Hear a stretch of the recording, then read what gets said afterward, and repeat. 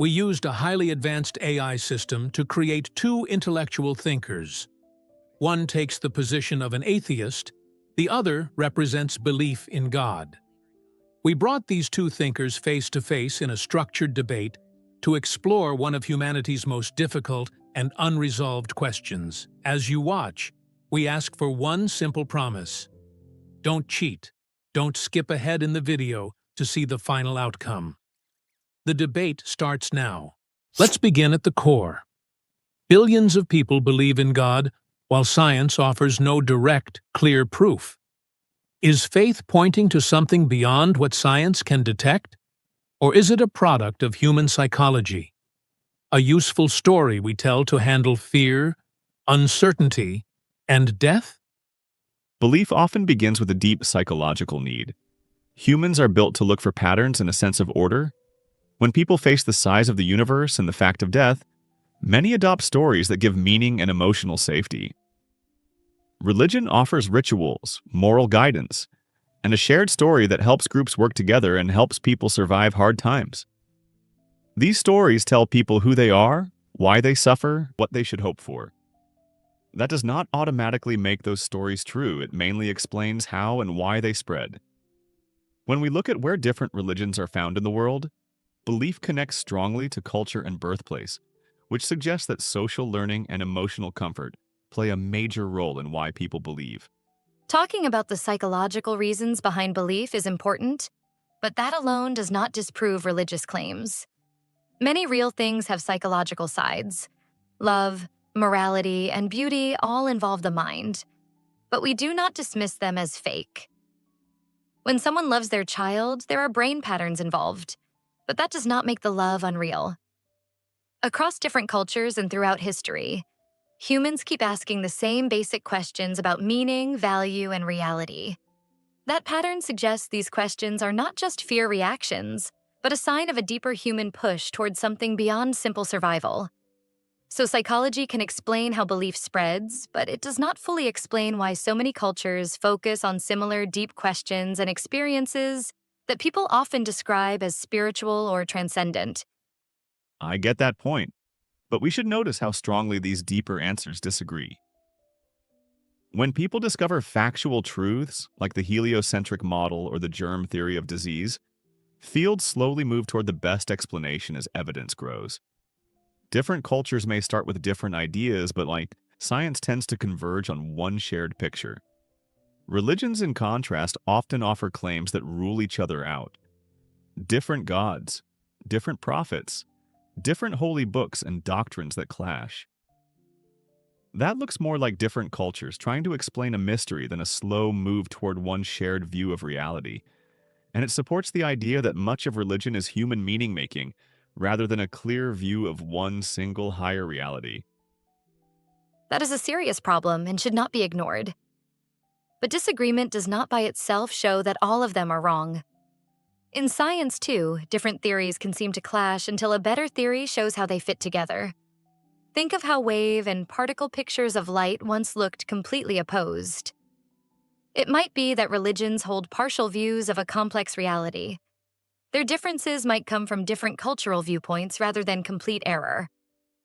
The key question is whether human experience, stories, and community wisdom might carry some truth that cannot yet be measured by science. Rejecting them only because they are cultural risks, losing personal but possibly real data about human life. Even in science, data is always collected by humans and cultures, yet we still treat it as meaningful.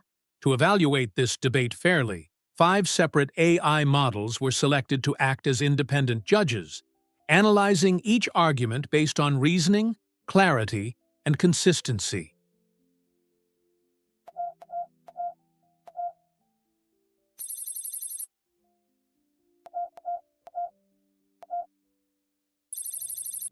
Two quick but deep questions for this round.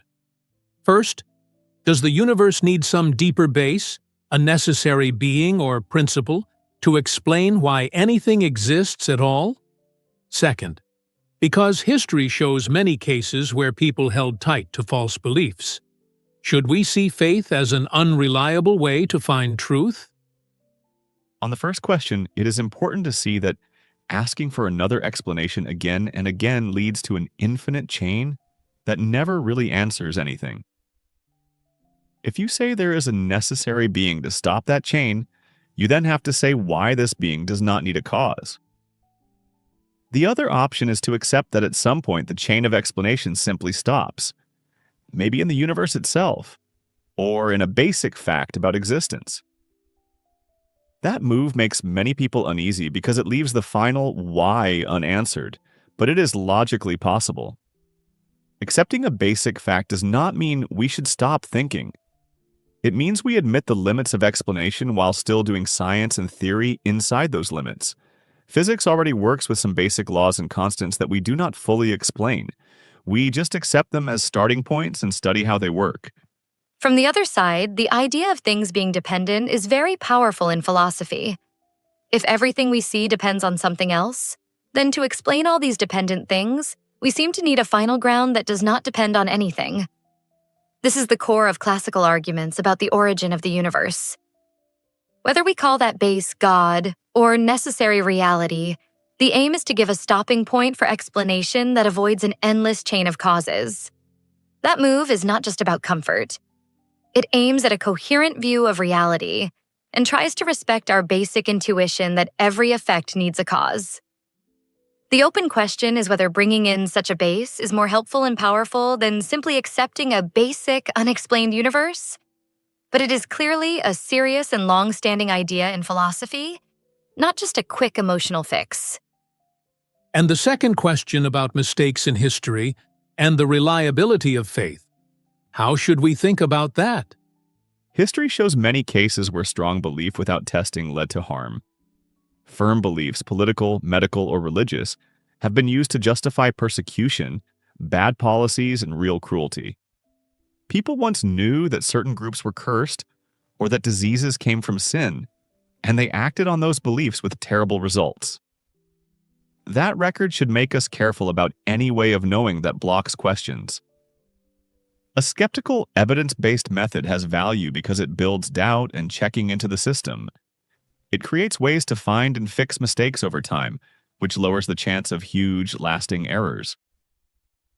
So while faith can push people to do good, as a way of knowing it can be risky when it shuts down questioning and treats criticism as betrayal. Dogmatism is clearly dangerous, and many past wrongs are linked to faith that no one was allowed to question. But we should not throw out everything with it. Faith, when understood in a healthy way, can be thoughtful and self-aware, not just blind certainty. Many religions have tools for self-criticism, reform, and moral correction built into their traditions. Prophets who challenge kings, reformers who call out corruption, and spiritual practices that ask people to examine their own motives. Also, faith speaks to parts of life, like purpose, deep commitment, and a sense of something higher, that are not easy to capture using only practical reason. How reliable faith is depends on how it is lived. As close certainty, it can hurt, but as humble searching, it can deepen moral and personal life and can work together with critical thinking rather than against it.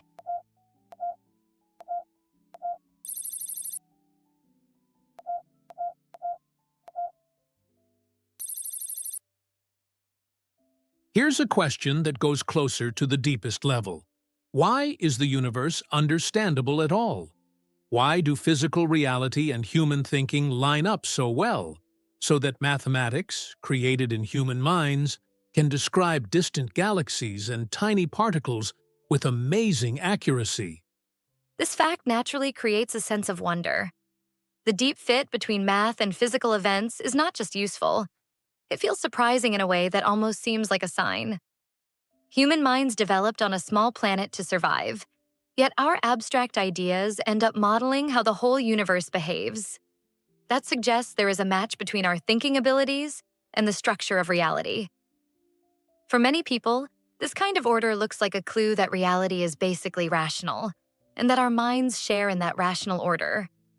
It is not a strict proof of anything, but it is a strong reason to think more about whether the universe is somehow set up to be understood, instead of being random chaos that we just happen to live in.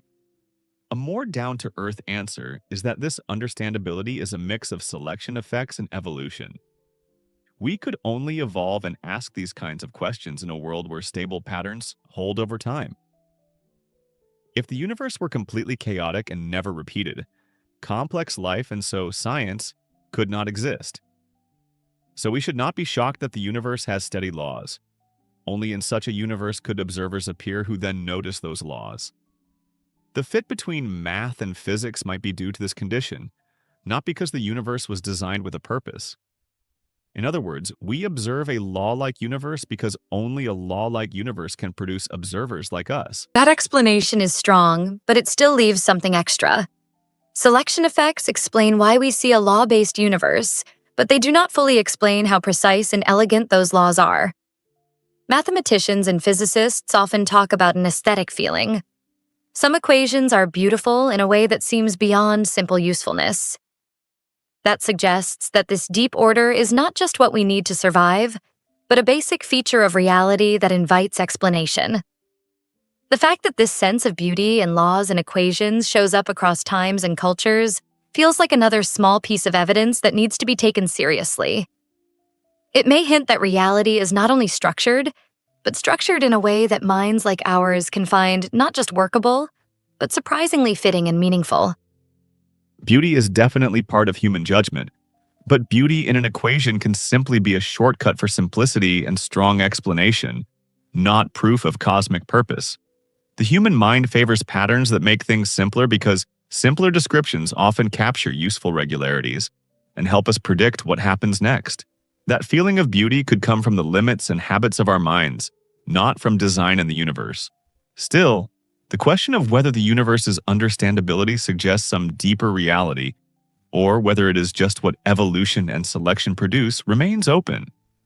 It is a good place to stay both humble and curious, and to admit that we do not yet have a final answer.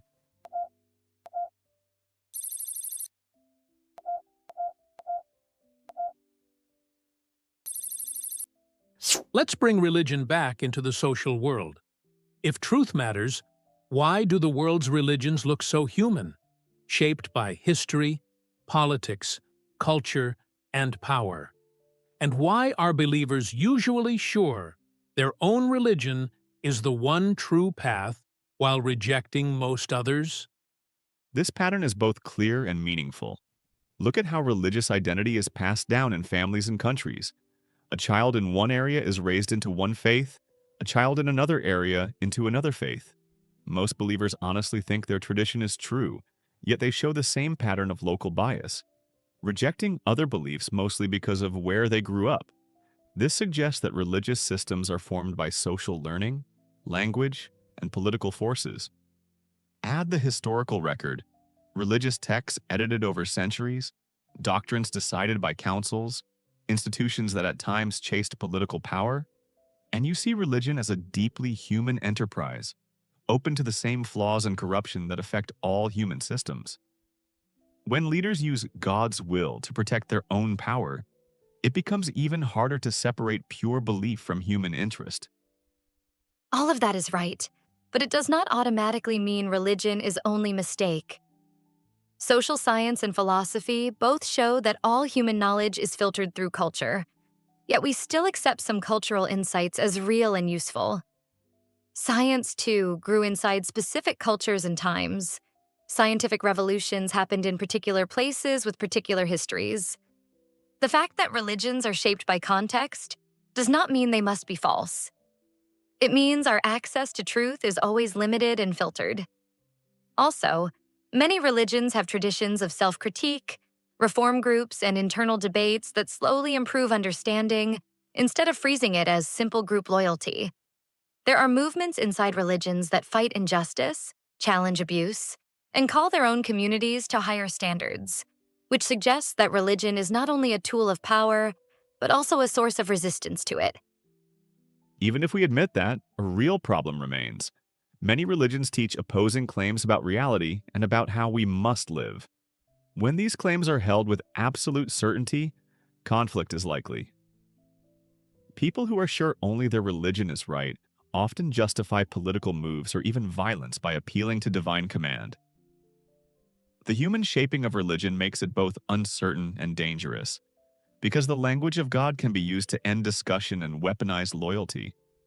When someone says, God is on our side, it becomes much harder to compromise, and this has fueled wars, oppression, and division many times in history. This is why context matters so much. When religion becomes hard, closed, and purely about control, it turns dangerous. But when religious faith is held with humility, it can support moral seriousness, strong communities, and deep personal change. The fact that religions disagree does not rule out the possibility that some shared ideas, like human worth, compassion, and justice, are real moral treasures.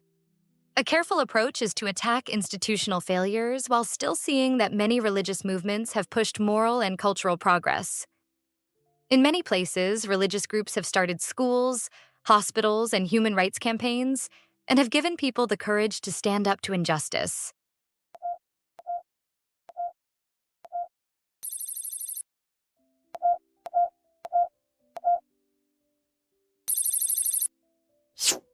So the problem is not religion itself. It is how human systems and biases shape the way religion is used and defended. Final round. Looking at history and today, has faith mostly helped humanity grow morally and socially? Or has it been a problem, a source of conflict and division that we should leave behind? Faith has been a double-edged sword in history. On one side, religious movements have started acts of kindness, charity, and institutions like hospitals, schools, and relief groups. On the other side, history contains crusades, inquisitions, religious wars, and ideas that defended slavery, hatred of women, and persecution. The main problem, in my view, is about knowledge. When people claim certainty about unseen things and are not answerable to others, the risk of harm grows. Human progress has often needed a shift of moral energy away from fixed dogma and toward ethical systems that can be explained in public, checked, and changed, and that apply to everyone. In that sense, faith needs to be balanced by doubt, human rights, and strong institutions to block its most dangerous forms, so that no one can simply say, God told me, and escape all criticism. It is true that harsh dogmatism has done huge damage. Those dark chapters in religious history cannot be denied. But it is just as important to see how faith has powered moral vision and personal sacrifice over time. Many justice movements grew from religious conviction. Abolitionists, civil rights leaders, and many local healers and helpers drew strength from faith to keep going.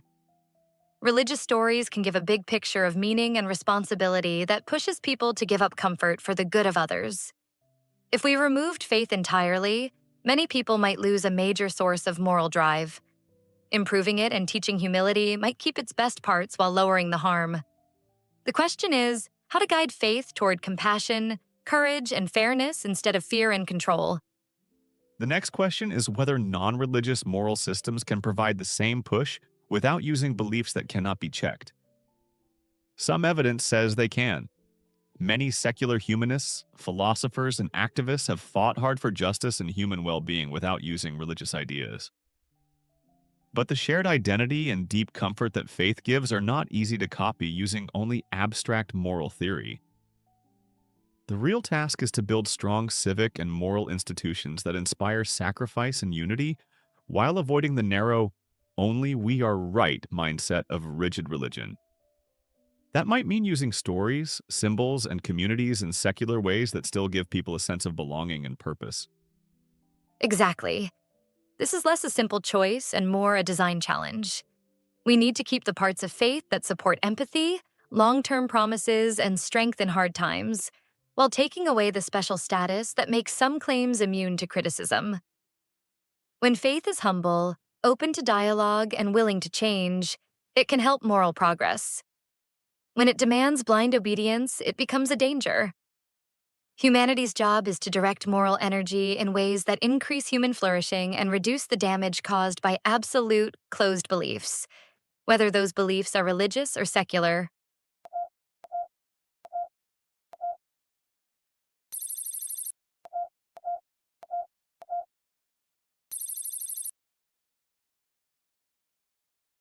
All right, we'll end here. You've heard two long, careful views on how belief works, what risks it brings, and what it can add. There is no final decision from this talk, only reasons and counter-reasons that you can judge for yourself. Think about what makes societies more fair, what makes people kinder, and what systems really protect human dignity. Thanks to both of you.